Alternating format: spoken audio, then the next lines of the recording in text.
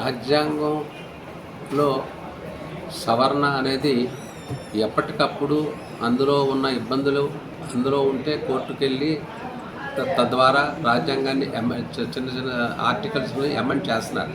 అంతే తప్ప మొత్తం రాజ్యాంగ సవరణ చేయాలన్న అంశం మాత్రం కరెక్ట్ కాదు. ఎందుకంటే రాజ్యాంగ సవరణ ఇప్పుడు చేయడానికి వీల్లేని పరిస్థితి. కారణం ఏంటంటే అది ఆల్రెడీ ఎప్పుడో డిసైడ్ అయ్యి అన్ని రకాల వర్గాల వారికి సముచిత స్థానం ఇస్తూ రాజ్యాంగం నిర్మించబడింది. అందులో కొన్ని ఇప్పుడు సమాజానికి ఇప్పుడు పరిస్థితులు బట్టి భౌగోళిక పరిస్థితులు అవ్వచ్చు, ఇంకో రకమైనటువంటి పరిస్థితులు అవ్వచ్చు, ఈ రోజున భారతదేశంలో రాజ్యాంగంలో ఏమన్నా మార్పు కావాలంటే తద్వారా మనం కోర్టులో ఇస్తున్నారు, అమెండ్ చేస్తున్నారు, పార్లమెంట్లో అమెండ్ చేస్తున్నారు, అవి సరిపోతుంది. అంతే తప్ప రాజ్యాంగ సవరణ అంటూ మొదలెడితే ఇంకా రాజ్యాంగాన్ని పూర్తిగా మార్చేస్తారు. అసలు రాజ్యాంగాన్ని మార్చే హక్కు ఎవరికీ లేదు. ఎందుకంటే ఇంతకుముందే సుప్రీంకోర్టు వారు ఫుల్ బెంచ్ తీర్పు క్లియర్గా చెప్పారు, రాజ్యాంగంలో ఏదైనా సవరణలు చిన్న చిన్నవి ఉంటే చేసుకోవాలి తప్ప రాజ్యాంగాన్ని పూర్తిగా సవరించడానికి వీల్లేదు అని చాలా క్లియర్ కట్ డెసిషన్ వచ్చింది.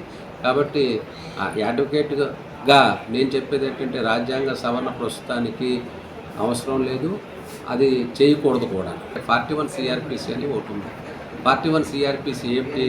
అది 7 సంవత్సరాల నేరం అంటే ఇచ్చేదే పోలీస్ స్టేషన్లో బెయిల్ ఇస్తారు. నేను అనేది ఏంటంటే త్వరితంగా కేసులు పరిష్కారం కావాలంటే క్రిమినల్ సైడు ఆ పోలీస్ స్టేషన్లో కాకుండా బెయిల్ అనేది కోర్టుకు వచ్చి ఇమీడియట్గా అక్కడే ఇచ్చేస్తే బెయిల్ అయితే కోర్టు కాడ ఏంటంటే అన్నీ చూస్తారు, సరిగ్గా ఉందా లేదా అంటే షూరిటీసు ఇచ్చేస్తారు.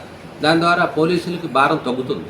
41 CRPC అనేది ఖచ్చితంగా ఓన్లీ కోర్టులకు పంపించేస్తే అరెస్ట్ చేయకుండా కేసు కట్టినట్టే బెయిల్ అనేది కోర్టు ద్వారా వెళ్తే పోలీసు వారికి పని తగ్గుతుంది, న్యాయవాదులు ఎక్కువగా ఉన్నారు కాబట్టి ఆ పని సులువవుతుంది. తద్వారా ప్రజల్లోకి కేసులు త్వరితంగా అయ్యే అవకాశం ఉంటుంది.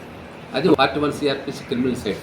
సివిల్ సైడ్ కూడా వస్తే ఇప్పటికీ 52లో ఉన్న పరిస్థితులు వేరు, ఇప్పుడు 2020-25లో ఉన్నాం.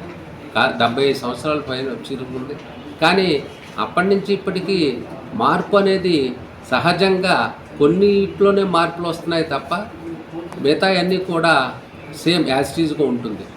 కాబట్టి ఆ ఏమైతే మార్పులు వచ్చాయో ఇప్పటికీ దానికి సంబంధించిన అమెండ్మెంట్లు కోర్టులో వేసి తెచ్చుకుంటున్నారు. ఆ రకంగా అమెండ్మెంట్లు అవుతున్నాయి. కాబట్టి అమెండ్మెంట్లు అవుతున్నాయి కాన్స్టిట్యూషన్ లోబడి. కాబట్టి ఏమీ కూడా మొత్తం కాన్స్టిట్యూషనల్ సవరణ చేయాలనేది కరెక్ట్ కాదు. ఇది రాజకీయాల కోసం మాట్లాడుతున్న అంశం తప్ప ప్రజల మేలు కోసం మాట్లాడుతున్న అంశం మాత్రం కాదు. కోర్టులో తీసుకొచ్చి బెయిల్ ఇస్తే త్వరగా పరిష్కారం అయిపోతాయి, కేసులు త్వరగా అయిపోతాయి. తర్వాత ఆ 41 CRPC పెట్టిన ఉద్దేశం కూడా ఫుల్ఫిల్ అవుతుంది.